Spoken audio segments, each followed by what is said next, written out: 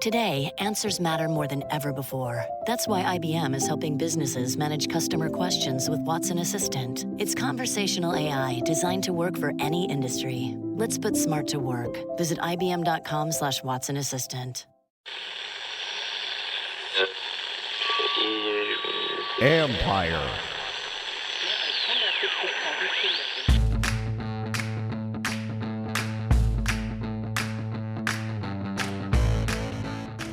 Hello and welcome to my podcast, sponsored by Lono Coffee. Visit lonocoffee.com and use promo code COFFEE2020 for a discount. And by Dizzy Pig Barbecue. Visit dizzypigbarbecue.com and use the coupon KEIM15, that's K-E-I-M 15, for 15% off your order shipped in the U.S.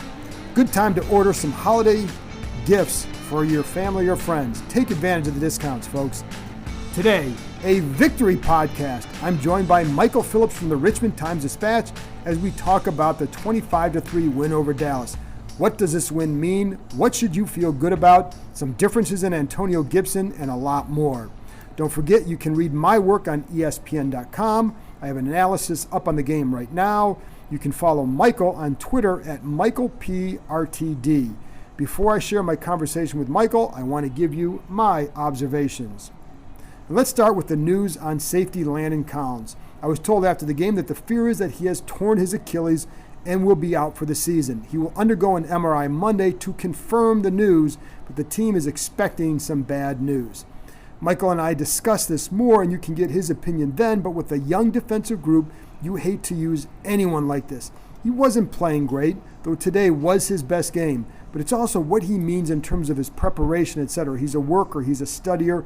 I do think he's a good mentor for a lot of the young players, even though he's only 26 himself. I like Cam Curl, who entered for him, but he's also a rookie and now tasked with playing a different role. He was good as a third safety where he could be up in the box. He was covering the tight ends in the slot at times, but now he's going to have a different role. Sometimes he's going to have to be deep in a two-safety look. I also think that not enough has yet been said about, by the way, I think we'll see if Curl can handle it. I don't know. I know they really liked him. We'll see. I also don't think enough has been said yet about DeShazer Everett and his play over the last two games. I got to say he's been this Pro Bowler, but he has studied the backfield and he's even made some nice plays in coverage. He's always he comes up with a physical style.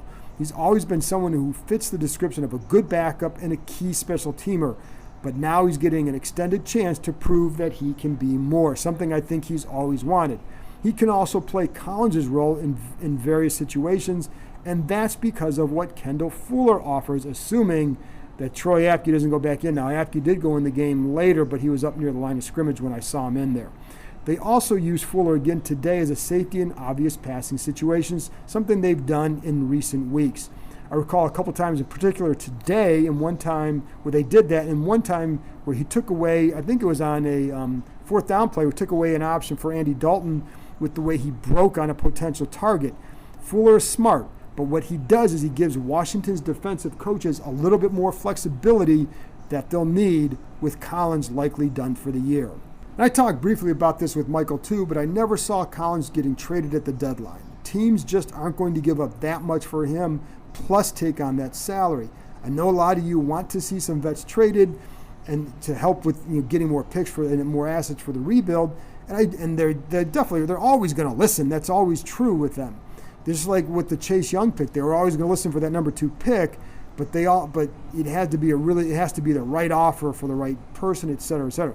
They're not trading anyone just who's considered part of their core, and there really aren't a lot of guys aside from that teams would want. The guys with value are the guys they want to keep. And I told you last time on the podcast that no one yet had called on Ryan Kerrigan or Dwayne Haskins and that they'd like to keep Kerrigan. Of course, if there's a really good offer for someone, then absolutely I could see them trading somebody if somebody's willing to come in and give that. I don't know that that's going to be the case. I know they value Kerrigan for his leadership and they like to see him continue here for that reason. But, all it takes is one team. But that's what I knew as of a few days ago. Back to the game. Cole Holcomb's presence at linebacker has really helped. He's a guy I know some of the organization were really excited about before training camp. He has good play speed, and that makes a difference at that position, of course. I'll be curious what I see when I go back and rewatch this game and how he really did, but my instant impression is that he just made his presence felt. In some cases, it was just by being decisive with his reads and filling gaps. With that front, doing just that will enable you to make plays, and it hasn't always happened this season. One of the things before this game that I felt was an issue at linebacker was you'd see guys getting doubled up front, and you wouldn't see guys making plays behind them. That's a problem. That's why I didn't feel like, with the run game, any issues they had, even against the Giants, it usually wasn't because the line's getting moved off the ball. It's because they're getting doubled and people aren't capitalizing on that.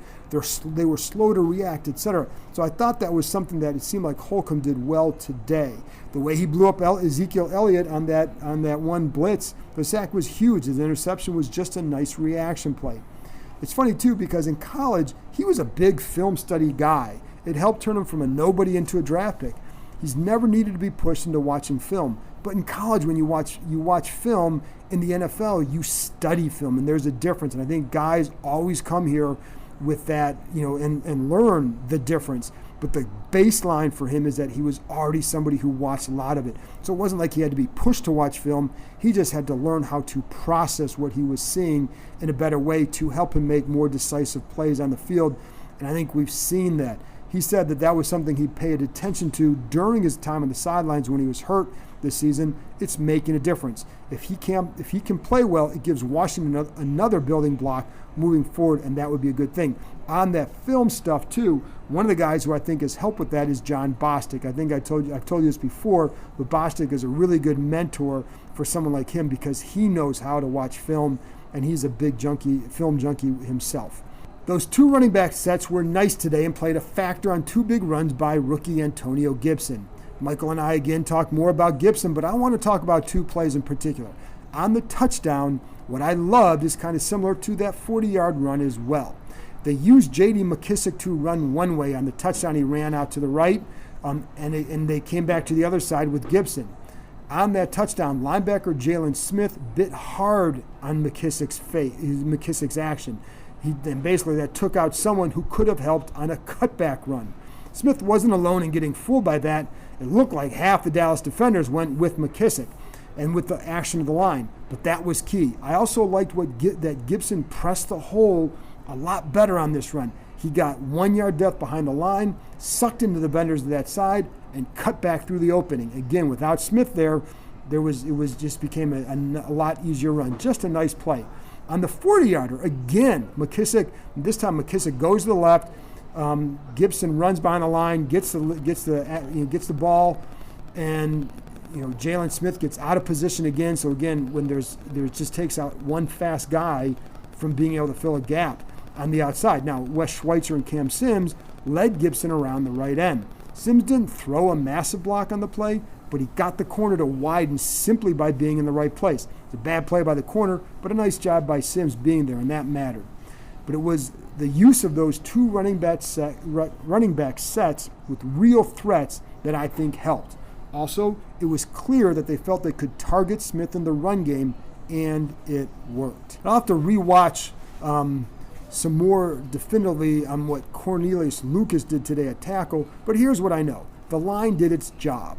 Dallas's defensive front, they're not the group that's been decimated the way other parts of the team have been.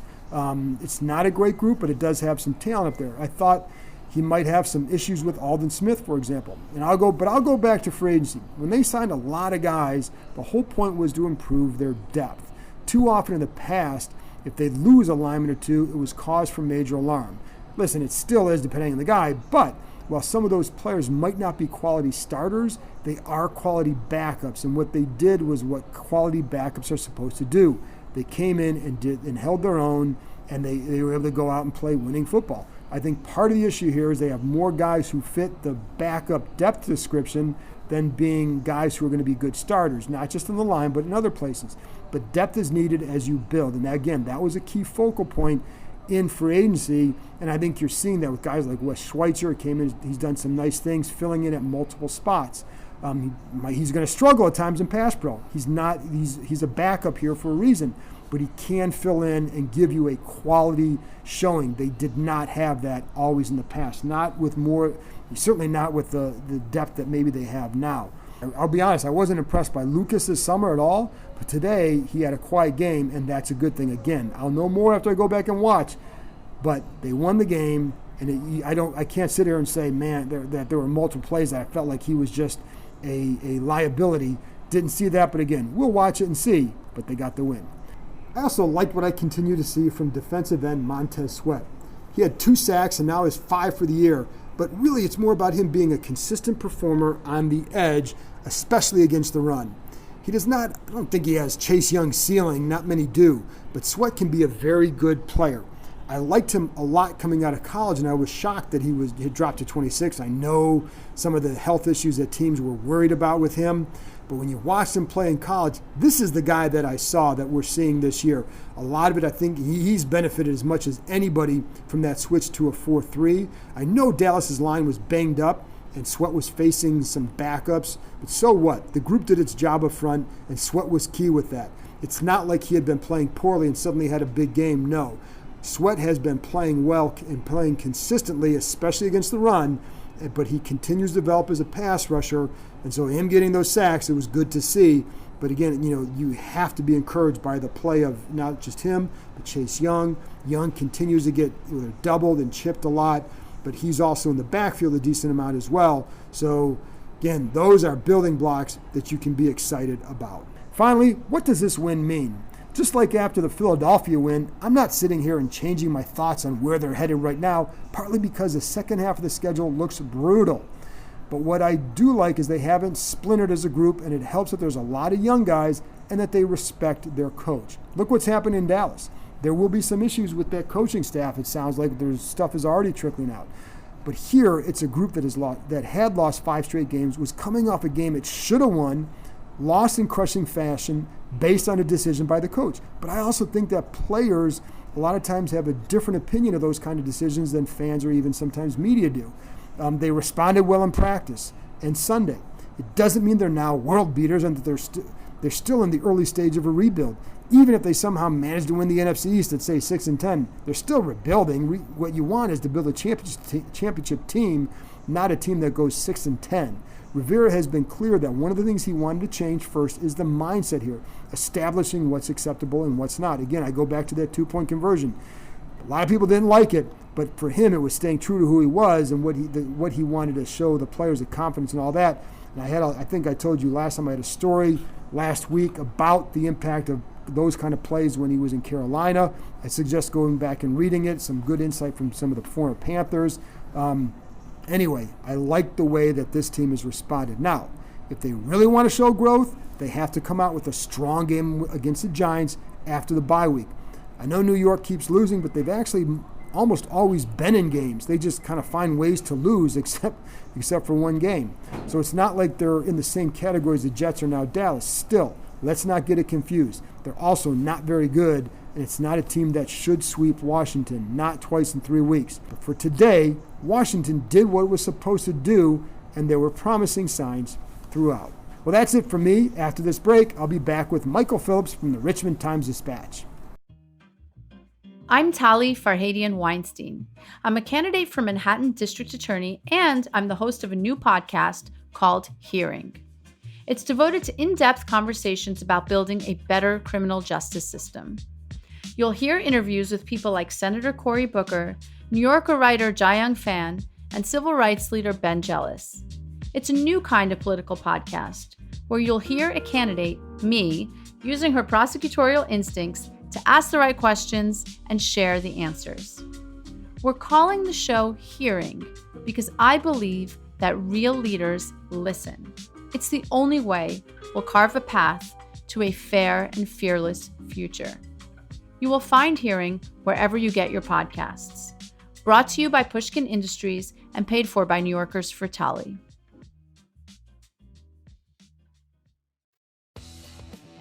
You've heard me talking about Lone Oak Coffee for a couple months now. Let me tell you a little bit about who they are and what they're about. Lone Oak Coffee is based in the Shenandoah Valley, just a nice bunch of people who are open for business during this trying time. Just look at their website, loneoakcoffee.com, and what do they highlight? Their core values of quality, family, transparency. They work with co-op farmers from all over the world to source their beans. They also support small farmers to find the right beans. During this pandemic, one of my saving graces has been grinding my beans from Lone Oak Coffee and taking a few minutes before the day to savor the coffee, get my mind right. Put a little jazz or Frank Sinatra or Louis Armstrong on in the background, it's even better. I've enjoyed all their blends, but among my favorites, the Ethiopian Guji, love the berry flavor, the Mexican Chiapas, and their house blend. Start your day off right with Lone Oak Coffee. Visit loneoakcoffee.com, that's LONEOAK coffee.com. Use promo code COFFEE2020 for a discount.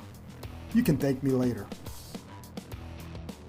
And now, here's my conversation with the Richmond Times Dispatch's Michael Phillips. Read his work, folks. He does a nice job. Well, I'm back with America's podcast guest, Michael Phillips from the Richmond Times Dispatch. Michael, 25-3 win over Dallas. In general, what is your big takeaway from this game? Well, I really enjoyed how they got the running game going with Antonio Gibson. Great breakout game for him. You see Logan Thomas develop into what you want him to be, a guy who can make a tough catch on third down. Of course, we know Terry McLaurin's good. He's very good. But you also got enough out of that offensive line to make everything possible. And then on defense, Cole Holcomb, man, and I know we'll talk about Cole Holcomb, difference maker since he's come back. That's been a different unit. We talk about how good the front is. The front's very good, but you need something on the back end too, and I think Cole Holcomb has provided it. You're absolutely right, and I think part of it too is clearly Dallas is not a good team right now, and they are banged up. Now, having said that, this was a 1-5 team that we cover that had a couple guys missing on the offensive line and a receiver, so it's not like there are some juggernaut at full strength. But does that take anything away from this for you, or do you kind of like put that separate, say, yeah, Dallas is banged up, but this was a good win? It means something to me because they lost to a really bad Giants team last week. If they had handled business against the Giants and Dallas, they're in first place, obviously, and you're talking about, they're first place, but they're not actually that good, like blah, blah, blah.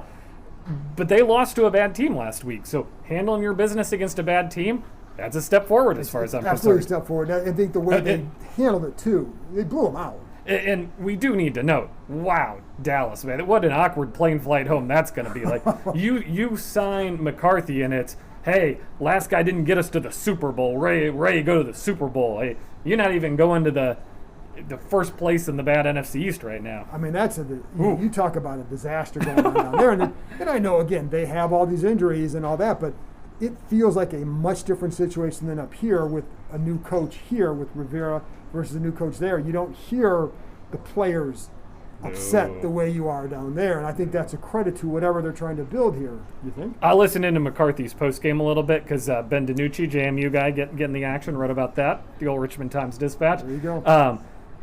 McCarthy says he would have liked for somebody to have pushed John Bostic or picked a fight with him after that. That's a coach who's desperate. That's a coach who's out of options. Great point. Like, that's not a sentence from a coach who has things under control at the moment. Like, the best he's got is, I wish my guys were getting in fist fights out there. Well, it's funny because I told our guy Sal Pal was here at the game, and I was talking to him at halftime. I said, Dallas just looks like a dispirited team. They are a defeated team, and I think it goes beyond the injury. So for people listening, like, we're kind of reveling. I guess you can revel in Dallas's misery because I think there's a lot of it right now. People enjoy that. That's a good pastime in America is reveling in Dallas misery, especially for Washington fans. So, but let's steer away from them and get back to these guys. Antonio Gibson, what'd you like? Yeah, I think Logan Thomas put it well. He's trusting his reads more. Mm-hmm. He's waiting for things to develop.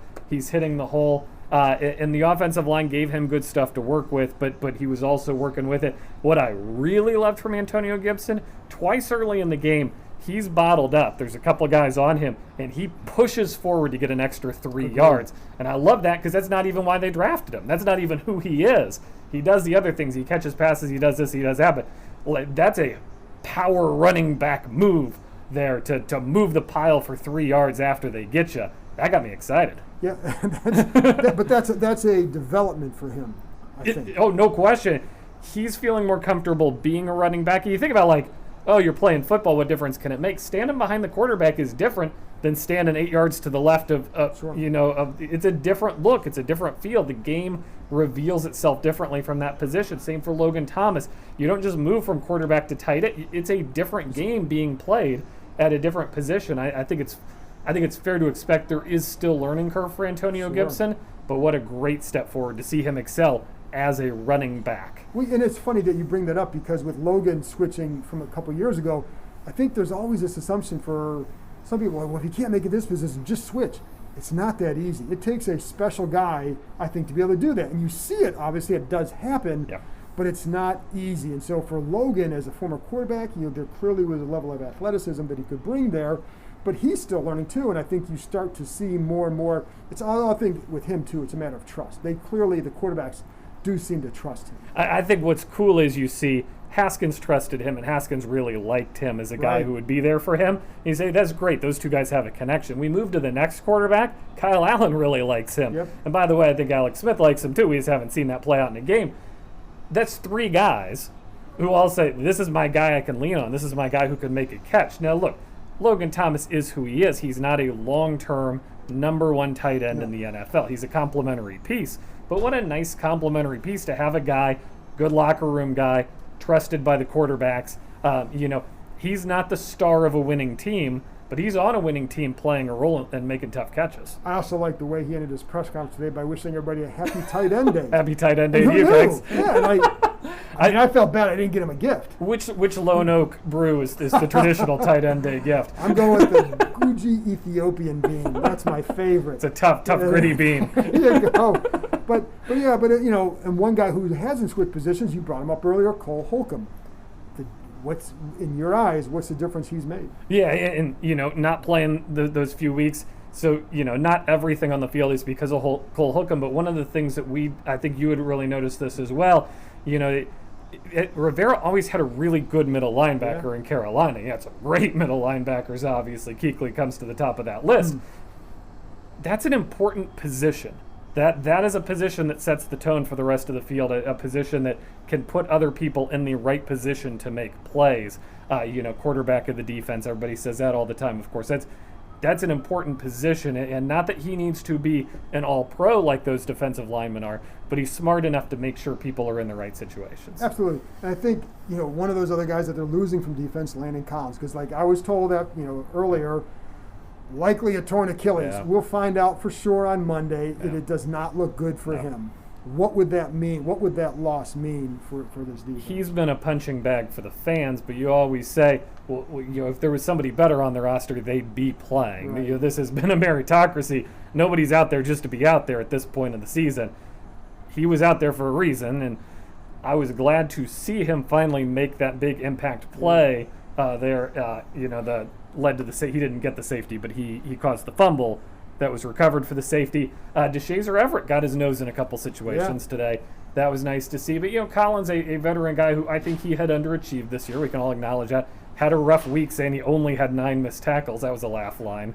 It didn't go over great. No. So good to see him flash that playmaking instinct, at least show that he's still got it before probably, now headed off to the IR for the season. Yeah, and it is a blow, too, because I also think he's a bit of a leader. Not a bit. He is a leader on that defense, too. And so you don't like to lose anybody like that. And if this team wants to develop, I think he's clearly a part of that development. So I think he's here long term. People have talked about, him getting run out of town. I feel this way about Kerrigan, too. I might eat my words in a couple days at the trade deadline if they can move him. But guys like that are the veteran guys you want on a team long-term, guys who can set the tone, are hard workers, are good leaders and mentors. Yeah, and nobody was calling on those guys to this point. And so I was not expecting them to go anywhere. And partly for the reason you just said, nobody was going to trade for Collins, not with that contract. But with Kerrigan, I know that one of the reasons they want to keep him here is for exactly like what you said. You want to have guys like that around. And you and I were just talking, great to see Terry McLaurin step up into that role. He has earned that now. He is definitively the best player on this offense. Agreed? Oh, yeah. He's the most consistent, too. He might be the most consistent player on the team. He might be, yeah, no doubt. Excluding Tress Way. We'll argue Tress Way. I don't want to. But he's earned his status as a superstar. He's been around long enough to see him speak to the team in the locker room after the game. I don't think that was something that maybe he would have naturally done, but guys have been telling him, you wrote about this week, guys have been telling him, hey, step up, be a leader. you've earned it, you can do it. I think he can do it. I think he was waiting for that invitation, which you'd rather see that than a guy who comes in yapping his mouth, from day one and doesn't have the production to back it up. He's got the production. They trust him. And I agree, because we just, people listening, we were watching, right before we started taping this, we're watching the video from, I think, the Washington's feed of Terry speaking to the team after the game. And he's like, basically said, I know I'm just a young guy and I'm not a captain, but yeah, I do. It's a role that I know he was comfortable in at Ohio State, but he's also a guy who feels like he has to earn things before he can say something, which I think is part of the lure for a guy like him. Oh, no doubt. Lock him up. He'll be a star for a while in the NFL. Runs nice routes. He's stuck it to the Cowboys today. I think he felt pretty good about that. That's Ron Rivera's daughter who filmed those videos. Oh, yeah. Yeah. It's a talented family. It's a family affair. And she was a chauffeur for Ron throughout a lot of his cancer treatments. She and his wife, Stephanie. Last thing, going into the bye week, where do you feel this team is at based on your expectations before the season? Where are they at? I still think they're closer to 4-12 than they are to home playoff game. You look at the way this breaks. That might get a home playoff game. Wouldn't that just be that would be the NFC East for you there? Yeah. This is a growing team, and look, I say my hot take for the end here. I don't think Kyle Allen is very good today either. I think they're trying to Alex Smith this together, with a guy who's not flashy, not impressive, just isn't turning it over. I don't think Kyle Allen is that guy, because I think he's too prone to the big mistake that would cost them against a good team. And you look at it, if Dallas scores right before halftime, it's an 11-point game and they get the ball to start the second half. If they had any fight in them whatsoever, they could have made this a ball game, even though Washington was pushing them around. So I'm not ready to start planning the parade route yet. If they win the NFC East, though, and especially with 5, I'll be wearing that NFC East champions hat for years. I'll be the first one in line at Medell's buying that. On that note, folks, thank you very much, Michael. You bet. Is there anything more craveable than the smell of McDonald's fries? If someone's hiding an order of fries, they're never hiding it well. It takes one whiff to trigger a fry craving that will only be satisfied the McDonald's way. So stand up if you would like to taste the smell of a McDonald's fry right now.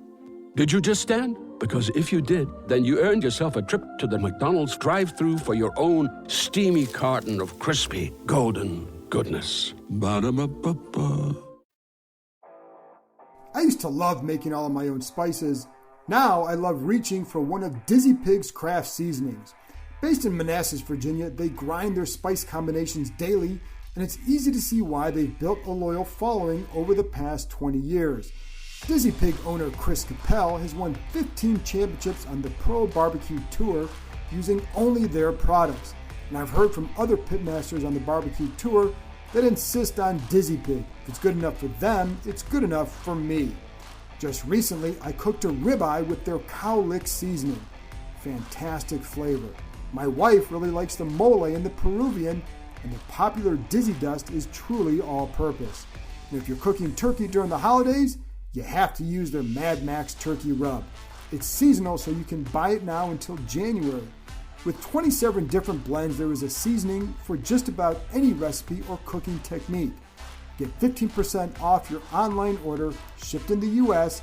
if you use the coupon KEIM15, that's K-E-I-M 15, at dizzypigbarbecue.com. That's DIZZYPIGBBQ.com. That's it for this episode. No Therapy Thursday this week. Thanks to Michael Phillips for joining me, and thank you for listening. A win over Dallas should always make you feel better. And thanks to Lone Oak Coffee and Dizzy Pig Barbecue for their continued sponsorship. Talk to you Thursday.